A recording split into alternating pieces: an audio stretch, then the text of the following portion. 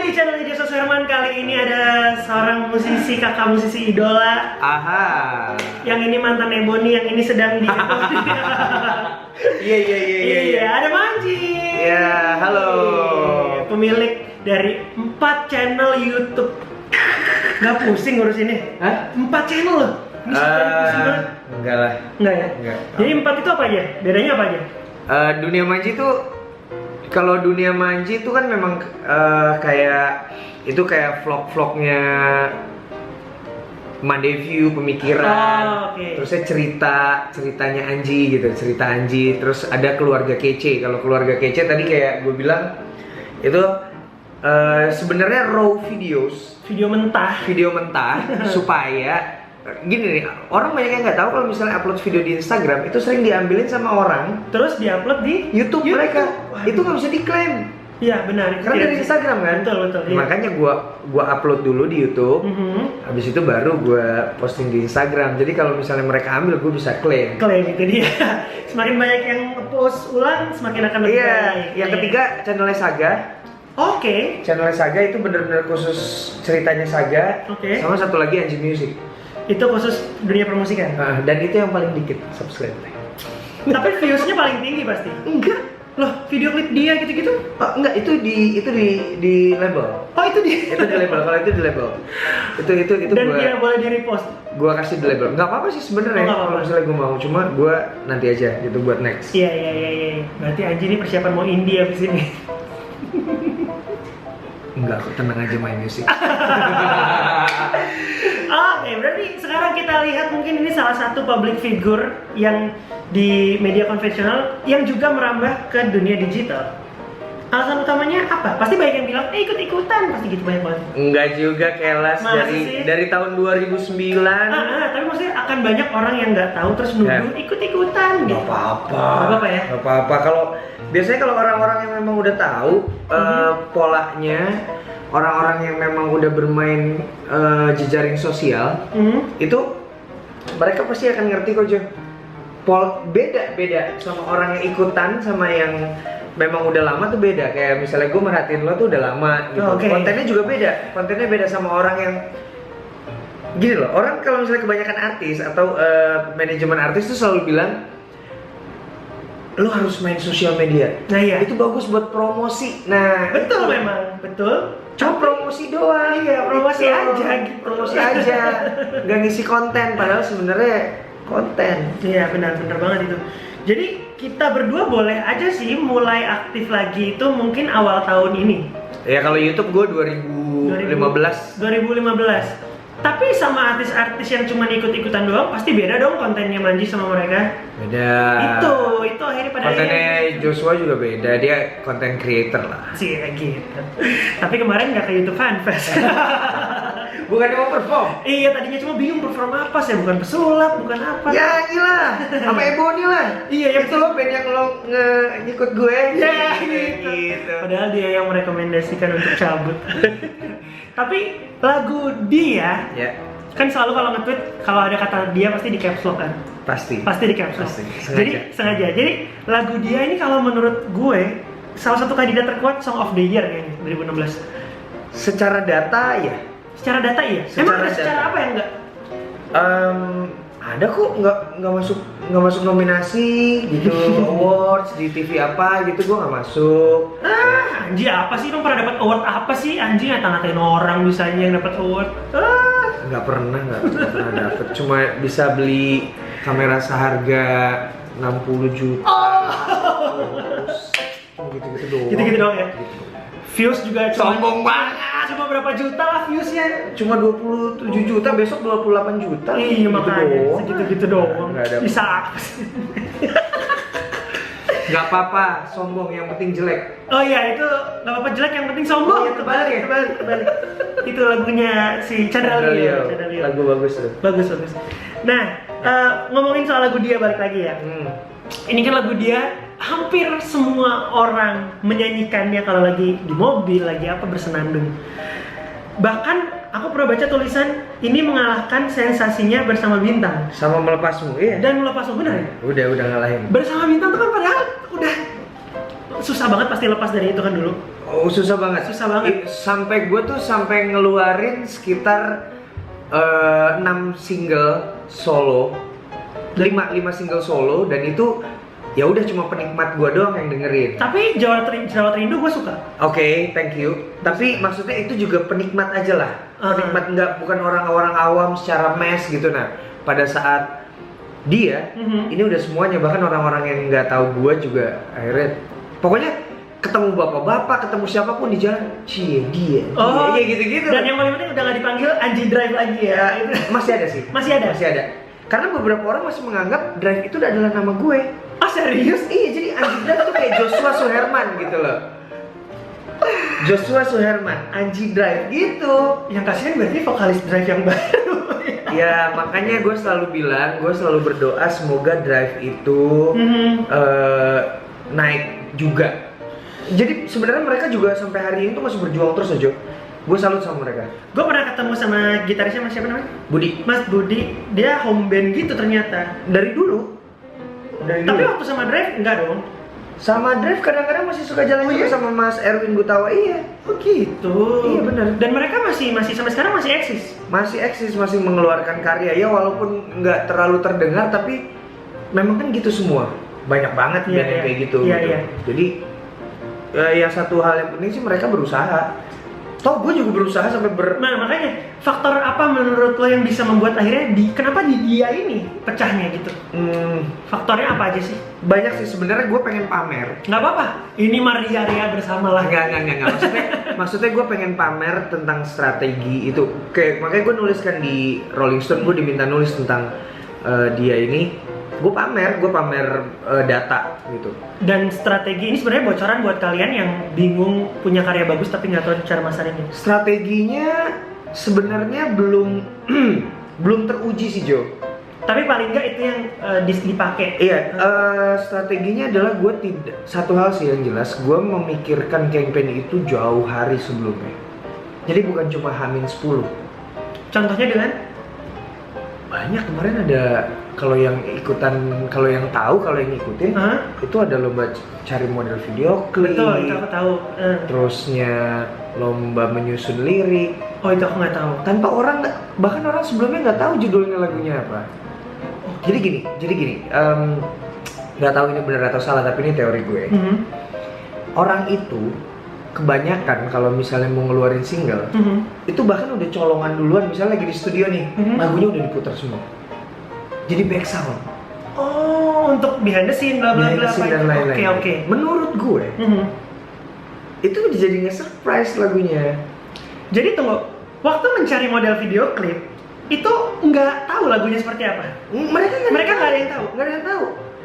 Jadi cuma 10 orang yang masuk finalis, itu mereka yang tahu, dan itu pun mereka gue datengin satu-satu, gue kasihin headphone, gue dengerin, udah gitu udah gue copot, jadi mereka nggak punya.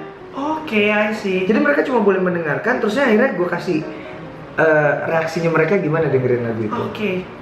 Itu juga jadi salah satu campaign-nya, bentuk propagandanya, dan itu berjalan simultan gitu. Iya. Sampai hari rilis orang nggak ada yang tahu lagu itu.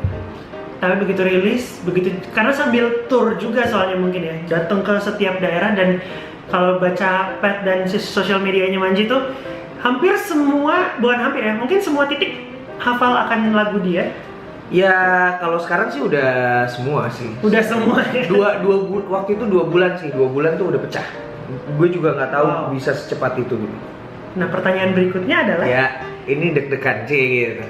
Beban nih harusnya untuk keluar single baru, karena gue aja lagu diobok-obok itu sampai hari ini gue nggak berani ngeluarin karya lagi dan ketutup itu karena itu orang terlalu fokus di situ. Terlalu fokus diobok-obok ya? Iya, ini udah milestone kedua kalau buat Manji malah kan, setelah bersama bintang. Terus sekarang dia. Nah single berikutnya untuk solo nggak beban? Nggak sih. Cuma memang gue menurunkan ekspektasi. Menurunkan standar. Oke. Gitu. Jadi standar gue sekarang, karena gue tahu lagunya. Lagu gue tuh sekarang tujuannya wah ini gue mesti dibocorin dikit. Iya bisa kayak gini. Jadi sebenarnya gue tuh lagi mencari lagu. Gini, gue udah punya lagu. Oke. Gue udah punya lagu, calon lagu calon next single. Tapi gue juga orang banyak banget kalau misalnya dibuka di DM dan lain-lain di pesan gitu di mention itu orang banyak yang bilang gini, Jo, gue punya lagu buat Mas Anji, coba bawain pasti keren gitu. Akhirnya gue membuka kesempatan mereka mengirimkan lagu untuk Anji. Dan emang bener akan diproduksi? Kalau bagus. Jadi sekarang sih udah masuk submissionnya udah hampir 500 lagu. Hampir 500 lagu. Nggak pusing dengerin itu. Pasti ada lagu yang nggak jelas juga. Pasti ada yang nggak jelas harus skip. Makanya gue bilang yang pokoknya yang layak denger, jangan yang cuma voice note mah langsung dihapus. Iyalah ya, meskipun materinya bagus. Nah itu salah satunya. Jadi gue mencoba untuk mencari lagu yang memang oke. Tapi gue juga udah punya satu lagu calon yang gue udah tahu targetnya kemana. Targetnya lebih kecil, nggak kayak lagu dia. Kalau lagu dia kan memang all around semuanya. Kalau ini lebih kecil, ke orang-orang yang mau menikah. Oh, ini sebenarnya pertanyaan gue tuh udah gue susun dan nyambung banget sama jawaban berikutnya.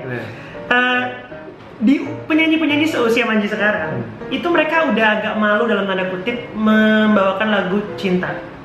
Makanya kayak Kak Nugi ketika masuk di usia 30-an udah ngomonginnya soal global warming dan lain-lain. Nugi emang nggak pernah ngomongin lagu tentang cinta. Iya sih benar-benar. Tapi maksudnya Glenn misalnya. Ya, Glenn. Terus kemudian kayak banyak penyanyi-penyanyi yang lebih muda nih ketutup sama lagu dia nih. Kayak kok ngomongin cinta malah kalah sih sama yang udah punya anak, gimana sih gitu. Itu jadi next singlenya justru tentang targetnya orang-orang yang di usia akan menikah. Ya karena memang umur gue dan gue menginginkan pendengar gue itu teman Anji ya. Teman Anji. Ya pendengarnya itu memang 18 tahun ke atas. Orang-orang yang memang jadi 18 tahun ke atas. Oh lu 18 pas tahun. Pas 18. Udah laku lagi. Gue sebenarnya mau ngecekin lo sih. Tapi sayangnya dia udah laku dan ceweknya cakep banget lagi. Oke, jadi janganlah. Iya, targetnya yang kayak lo gitu sih. Iya. Dan orang-orang yang memang udah mau serius gitu. Karena gue itu ada satu hal yang sempat ditentang sama label lah, sama orang-orang, bahwa gue tuh pengen lagu yang inline sama kehidupan gue. Itu jujur lagu keresahan dari hati. Iya, jadi bukan. Gue banyak banget kayak ini gini ya, teman-teman yang kehidupannya gue lihat bahagia. Tapi kenapa dia ngeluarkan ngerilis lagu? Bener banget ya. Terus ngerilis lagunya yang tentang patah hati. Iya. Gue lu kenapa sih bikin lagu itu? Kan nggak lucu gitu maksudnya. Iya. Kebayang nggak sih? Iya. Maksudnya kayak kemarin dia teman gue baru aja minta tolong sama gue tentang laki-lakinya selingkuh. Maksud gue keluarga lu bahagia gitu. Iya, benar. Kenapa lu merilis yang kayak gitu? Benar. Jadi nggak inline. Benar, setuju. Ya kalau ini kan gue mau posting lagi sama bini gue posting sama anak-anak gue pakai lagu dia, enak banget. Masuk aja. Masuk kan? Nih, tapi banyak orang yang sebenarnya pengen tahu tapi belum pada tahu. Apa tuh? Sama anak-anak Drive tuh akur nggak sih cabutnya? Susah lah kalau kayak gitu akur. Masa sih susah? Enggak, sebenarnya baik-baik aja. Tapi sekarang sih udah baik-baik aja. Tapi saat keluar itu pasti kan ada konflik. Itu konflik, justru konfliknya kan sama manajemen. Oh gitu, bukan internal? Bukan. Konfliknya sama manajemen, cuma ya sayangnya waktu itu. Jadi sebenarnya kan yang main sosial media banget gue, iya kan. Tapi gue tidak ada mempublish lo di sosial media. Jadi gue waktu pas lagi keluar itu gue cuma via email. Yang itu masih bisa diomongin lah gitu. Gue pengen ngobrolin ini gini gue kayaknya pengen keluar gini. Tapi ternyata besok paginya udah pada diposting di Twitter. Dan nggak ada klarifikasi dari Twitternya aja langsung. Ya akhirnya jadi rame. Ya udah. Gue inget tuh hari itu. Iya betul. Masih @Anji_drive kalau misalnya. Drive Anji. Drive Anji, ya benar. Tapi pada seiring berjalannya waktu pada akhirnya baik-baik saja dengan personil lainnya. Ya baik-baik aja lah, karena maksudnya buat apaan juga, malah waktu itu menawarkan kita bikin konser bareng. Iyalah udah pada bapak-bapak gitu, masa sih ribut-ribut sih. Seru. Tapi dengan personil pengganti kenal nggak? Sama Takeda kenal, sama Tirta juga kenal. Oh namanya yang baru Tirta. Gue cuma tahu terakhir Takeda. Kan banyak artis konvensional yang masuk YouTube. Ya. Dari mata seorang Manji. Ya. Coba sebutin 5 artis YouTube yang layak diangkat ke konvensional. Oh, artis YouTube yang layak diangkat ke konvensional. Sebagai apa nih? Apapun yang mereka lakukan di YouTube. Kalau misalnya sebagai penyanyi, ya nyanyi gitu. Kalau di YouTube-nya Kitten Dust, oke. Oke, si siapa namanya? Fathia Izzati. Ya. Itu pantas naik. Terusnya Agung Hapsah dia bisa jadi kayak presenter sih sebenarnya, presenter tapi yang memang yang di net gitu. Oh, oke. Ya. Kayak Boy William gitu ya. Ya, semacam kayak gitu, tapi dia yang lebih apa ya, gimana ya, another level lah dia ya. Ya. Terusnya Chandra Leo dia harus jadi entah, aduh dia apa yang Chandra Leo tuh bisa semuanya kayaknya. Jelas Eka Gustiwana sih ya. Eka Gustiwana udah harus. Satu lagi? Terusnya satu lagi kalau gue suka Aulion. Waktu masih belum berkeluarga, gue tuh pernah salut banget sama orang ini. Karena secara jantan mengakui apa yang telah terjadi, dan itu jarang terjadi di banyak artis pada umumnya gitu. Faktor apa yang membuat lo untuk akhirnya speak up waktu itu? Sebenarnya gini sih Jo, itu cerita itu juga belum tuntas sebenarnya. Sebenarnya cerita itu pun belum tuntas. Bahkan kalau misalnya mau diomongin secara, ya udahlah ya, kita ngomong ini aja lah. Kayak tes DNA itu juga belum ada sampai sekarang. Oh gitu? Belum ada. Tapi karena memang itu, gue merasa memang gue apa ya? Pada saat dia ngomong begitu, gue bertanggung jawab ya, oke, gitu. Ini yang jarang terjadi. Pasti biasanya cowok di posisi lo saat itu akan menagih bukti saintifik. Apalagi di TV waktu itu ada sampai berapa orang gitu kan? Iya benar. Dan gue nggak ada loh. Oh. Nggak ada gue sama sekali di situ. Gue cuma tahu ada si A muncul, si B muncul. Dan gue nggak ada. Gue justru tahu baca nama lo itu justru dari media yang nyebutin gitu. Terus kemudian setelah berselang berapa tahun melihat semuanya baik-baik saja, malah terlihat manis sekali gitu kehidupan dua belah pihak. How gitu, gue nggak habis pikir sih sama keputusan yang lo ambil untuk ya gue tanggung jawab gitu. Iya, memang harus bertanggung jawab loh Jo. Walaupun saat itu gue dicela-cela sama orang sih. Iya pastilah itu. Maksudnya dicela-cela karena wah lo begini, tapi ya udah nggak apa-apa. Dan posisinya saat itu masih di Drive, apa udah? Masih Drive. Masih Drive dan waktu itu kebetulan ngeluarin single judulnya Katakanlah. Wah. Ku ingin katakan. Iya.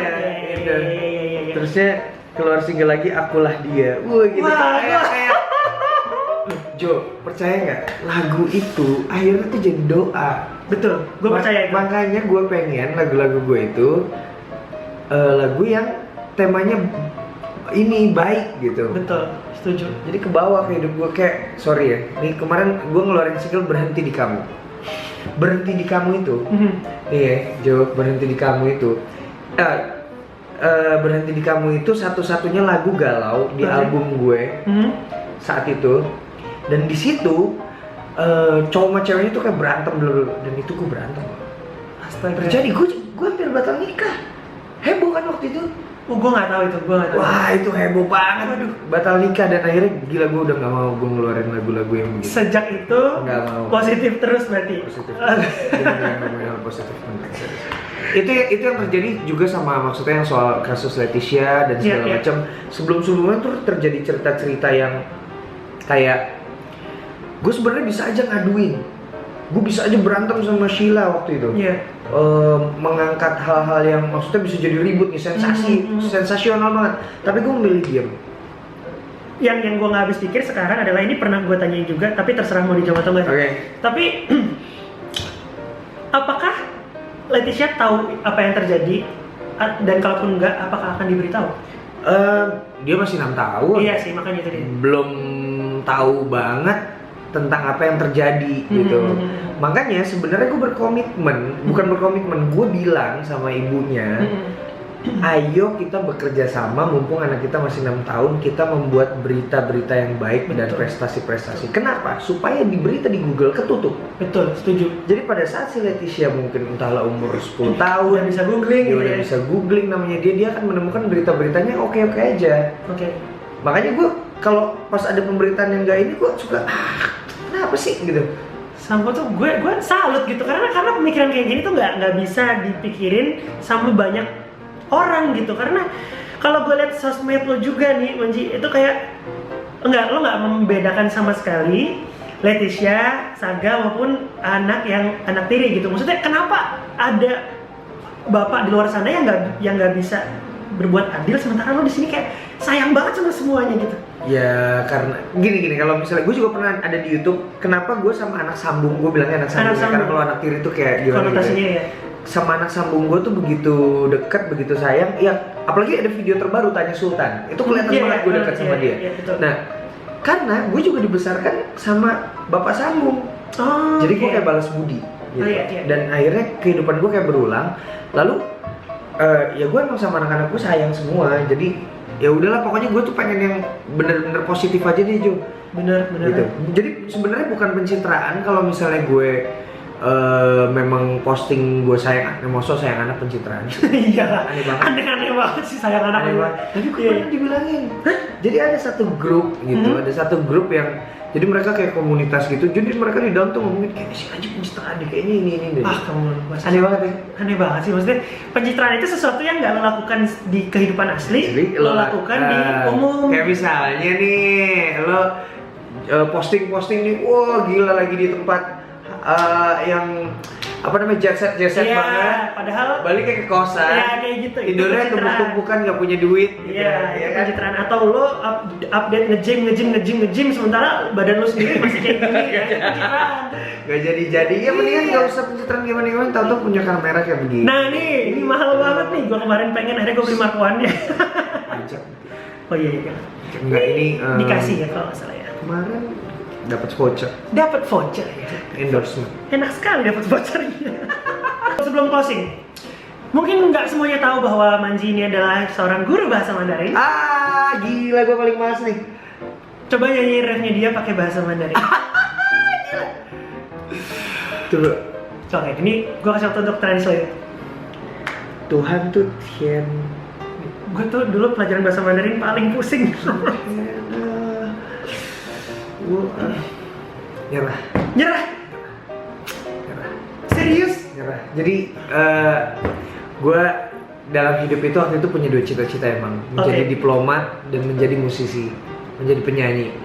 Waktu itu gue pernah mengalahkan diplomat itu untuk rekaman walaupun gagal, dan terus akhirnya gue jadi guru dan lain-lain. Akhirnya gue mengalahkan juga dengan musik, jadi ya udah lupa deh, nggak apa-apa. Maaf ya. Ngajar apa SMP dulu? Tepuci. Wo tawang lah. Tawang. Kenapa nggak pernah diekspos sih? Ini padahal hal yang menarik banget loh. Nanti gue akan bikin sebuah pusat kursus bahasa Mandarin. Itu dong, gitu. Gue sebagai orang yang berdarah Chinese ingin juga belajar. Iya, nyokap gue. Tapi nyokap gue juga nggak bisa bahasa Mandarin, bahaya banget. Cina apaan nih gue ini? Banyak banget lagi orang Cina nggak bisa bahasa Mandarin. Malah bisa bahasa Mandarin, yang bisa bahasa Mandarin. Lu nggak boleh ngomong Cina, lu Cina nanti rasis. Oh iya. Tiongkok, bahasa Tiongkok. Nah, Chinese. Chinese ya. Padahal sama aja. Iya sama aja. Itu cuma terminologi lah menurut gue. Iya, makanya. Kasar nggak kasar, rasis nggak rasis itu bukan dari mulut tapi dari hati. Boom. Terima kasih Manji. Thank you. Sukses selalu. Jangan lupa di subscribe channelnya. Apa aja? youtube.com/duniamanji. Dunia Manji. Bye bye.